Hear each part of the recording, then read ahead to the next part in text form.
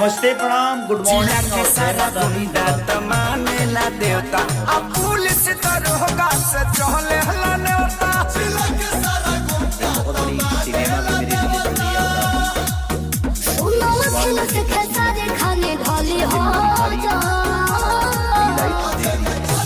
और बाकी सारी सिनेमा लग रही है अंदाज ई माहौल बदलेदा सोना तू बदली हा जा ई माहौल बदलेदा सोना तू बदली हा जा। बाबा का डायलॉग है कौबो। तो हम अभी आए हैं पटना एक मकसद से।